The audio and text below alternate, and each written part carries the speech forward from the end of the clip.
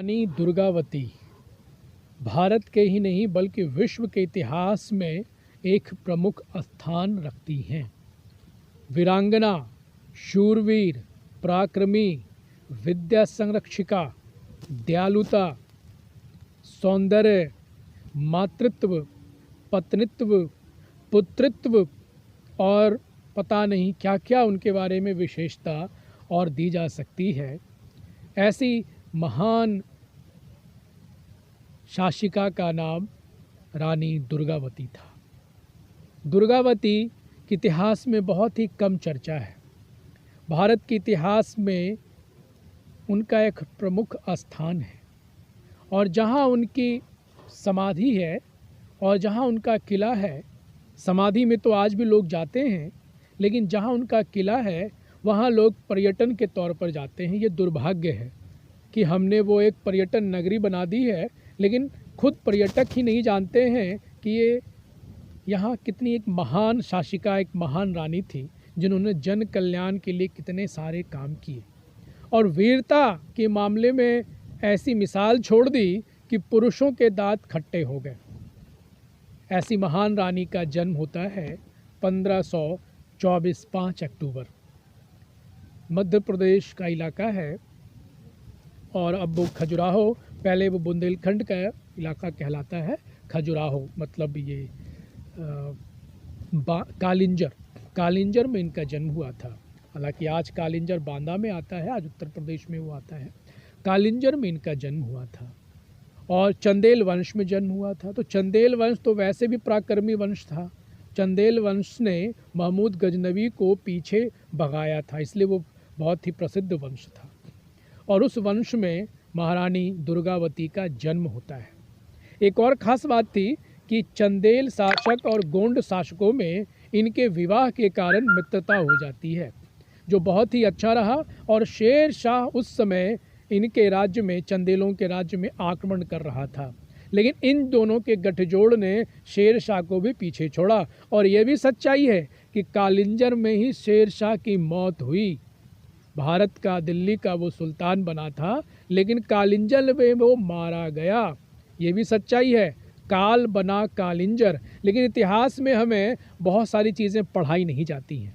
और रानी दुर्गावती का जब विवाह गोंड के राजा दलपत शाह से होता है, दलपत शाह खुद एक वीर शासक थे, लेकिन विवाह के 5 साल के बाद ही उनकी मृत्यु हो जाती है। एक पुत्र हुआ था। और यहाँ पर उस शासिका का उल्लेख करना इसलिए ज़रूरी है कि उसने मध्यकाल में सती प्रथा का विरोध किया और वो सती नहीं हुई। याद रखिए, सती प्रथा का विरोध किया यानी कि जनता ने भी ये स्वीकार किया। सती एक प्रथा नहीं थी कि आप सती प्रथा करें ही जहाँ औरतों को ये बताया जाता है कि जिंदा जला दिया जाता है, या आपके स्वेच्छा पर ये चीज़ छोड़ दी जाती थी। तो सती प्रथा जैसी कुप्रथा भारत में थी, लोग बताते हैं और हमारे जो तथाकथित इतिहासकार इसको बढ़ा चढ़ा कर बताते हैं। ऐसा कुछ नहीं था, ये स्वेच्छा थी। अगर आपकी इच्छा है तो ठीक, नहीं है तो नहीं, क्योंकि रानी दुर्गावती सती नहीं हुई थी। और एक और ख़ास बात थी, उस समय जौहर प्रथा का भी रानी दुर्गावती ने विरोध किया था। तो हम आज कह सकते हैं कि अपने समय की आधुनिक विचार को रखने वाली ये शासिका थी रानी दुर्गावती। कला को भी संरक्षण किया, विद्वानों को भी संरक्षित किया और जन कल्याण को कि इन्हें विरासत में ही मिला था। चंदेलों ने अपने वंश में ही ना जाने कितने बड़े बड़े तालाब, बावड़ियाँ, कुओं, जलाशय का निर्माण करवाया था, वैसा ही इन्होंने आकर गोंडवाना में भी किया। आज भी जबलपुर में बहुत ही बड़ा जलाशय रानी के नाम पर बना हुआ है। रानी ताल, चेरी ताल, वो उनकी सेविका थी, उनके नाम पर इन्होंने चेरी ताल बनाया। और इनके प्रधान थे आधार सिंह, उनके नाम पर भी इन्होंने आधार तालाब बनाया। ये ऐसी दयालु शासिका थी, लेकिन वीरांगना एक नंबर की। शिकार करने में भी आगे, बंदूक चलाने में भी आगे, तीर चलाने में भी आगे। लेकिन इनका जो मूल काम अब आता है, मालवा के शासक बाज बहादुर ने इनके राज्य पर आक्रमण किया।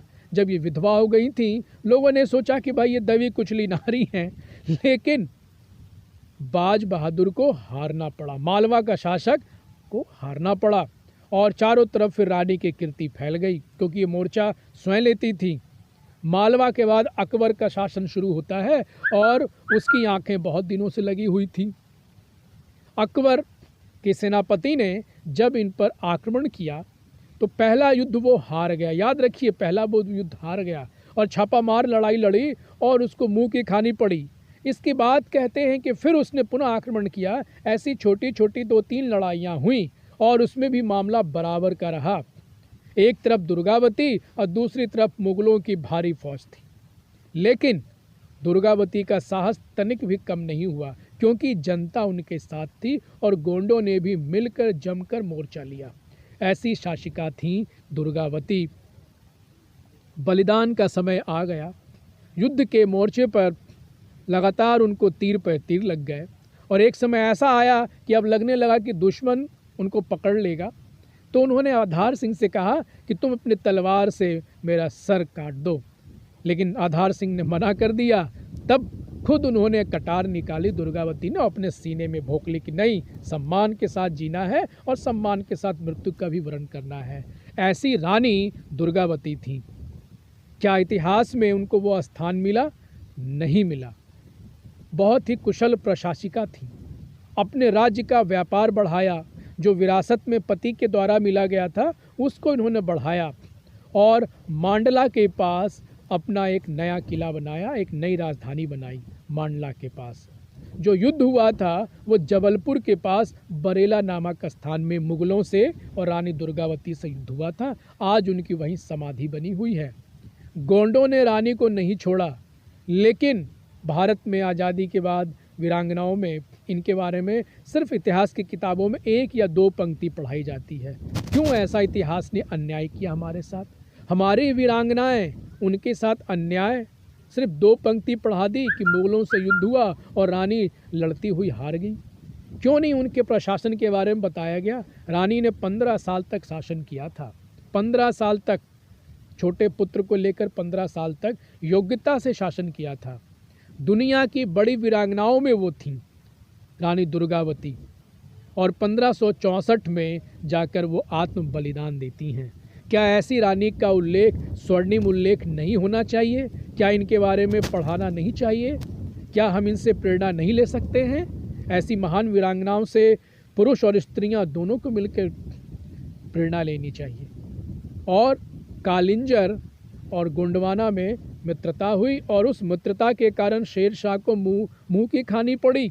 और हम लोगों को ये भी पढ़ाया जाता है कि हम लोग कभी एक नहीं हो पाते थे, एक होते थे, लेकिन कुछ ऐसी घटनाएं होती थीं कि जिसके कारण हार पराजय कोई बड़ी बात नहीं है, वो चलती रहती थी।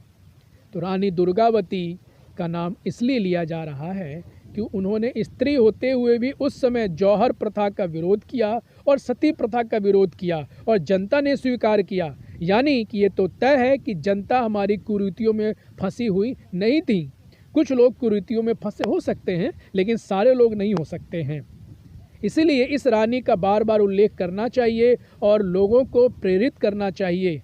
इनका इतिहास, इनका मूल्यांकन सही ढंग से करना चाहिए। इसीलिए आज हमने रानी दुर्गावती का एक सारगर्भित मूल्यांकन किया है। आगे और जैसे जैसे जानकारी होगी वो जानकारी आपको दी जाएगी और आप भी इनके लिए रुचि पैदा करें, लोगों में इनकी चर्चा परिचर्चा करें। वीर बने, दयालु बने, दोनों बने, केवल वीर ना बने बल्कि दयालु भी बने, अच्छे प्रशासक बने, अपनी जनता के लिए जन कल्याण के काम करें। ऐसी महान शासिका को बार बार प्रणाम।